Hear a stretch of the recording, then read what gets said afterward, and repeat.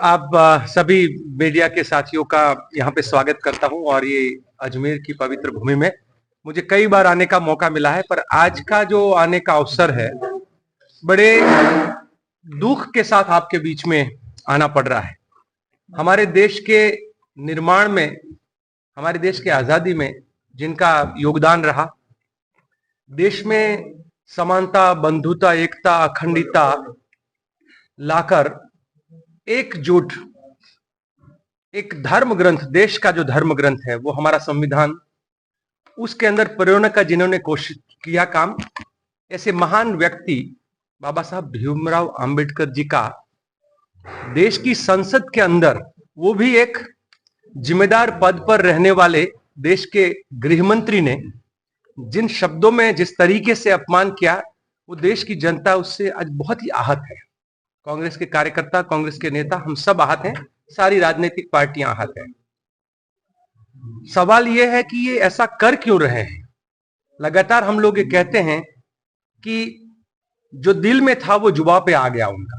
वो दिल में इसलिए था क्योंकि उनके जहन में जहर भरा हुआ है।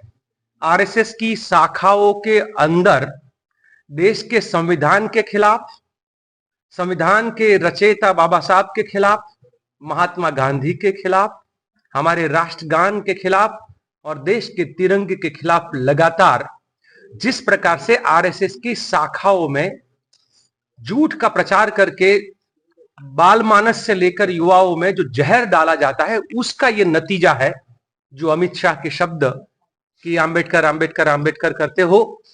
सवाल यह है, और हम इनको कहते हैं कि तुम गॉड से कहते रहो, तुम हिंसा और नफरत फैलाते रहो, हम अंबेडकर अंबेडकर कहते रहेंगे, हम संविधान संविधान बोलते रहेंगे, क्योंकि देश संविधान से चलता है, संघीय विधान से नहीं चलता है।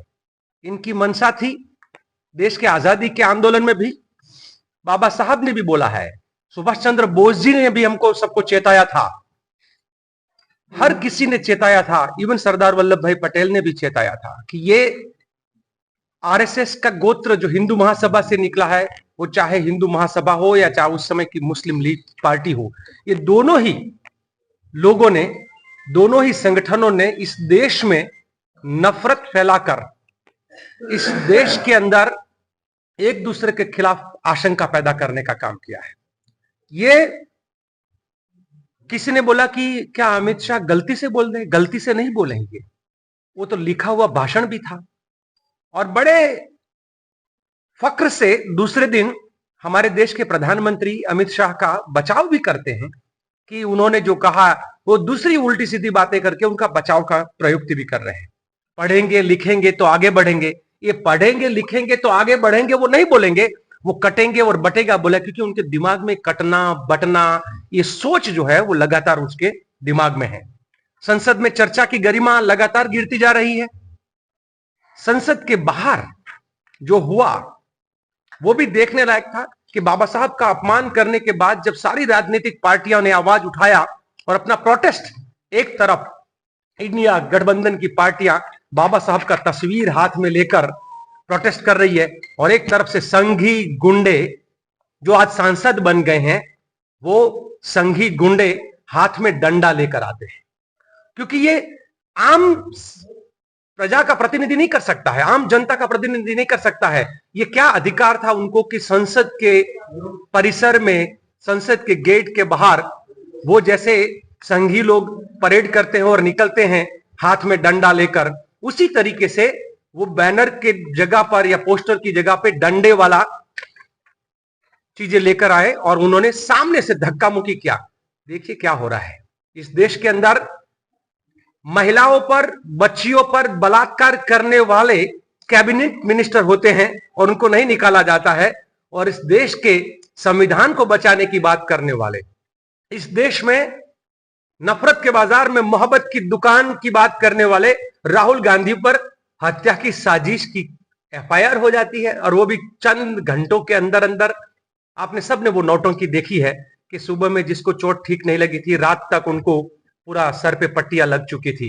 तो ये कितना नौटंकी करके देश को गुमराह करने का कोशिश कर रहे हैं। बात यहां रुकती नहीं है। मैं कल गुजरात में था, एक और शर्मनाक घटना घटी।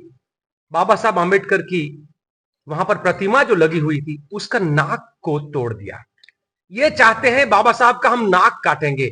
आप भारत माता के उन हर सपूतों का, उन सन्नारियों का आप अपमान करके क्या साबित करना चाहते हो कि ये देश सिर्फ मनुस्मृति में मानने वाले से चलेगा, ये देश संघी विधान को मानने वाले से चलेगा? तो आप बहुत बड़ी गलतफहमी में हो।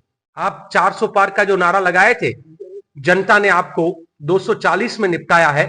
आने दीजिए, और आने का समय में आपका इस देश की जनता है वो उस तरीके से जवाब देगी कि इस देश में आपने गलत जगह पे उंगली उठा दी। बाबा साहब का अपमान करना ये पूरे भारत के नागरिकों के हर समानता के अधिकारों का रचयिता का अपमान है।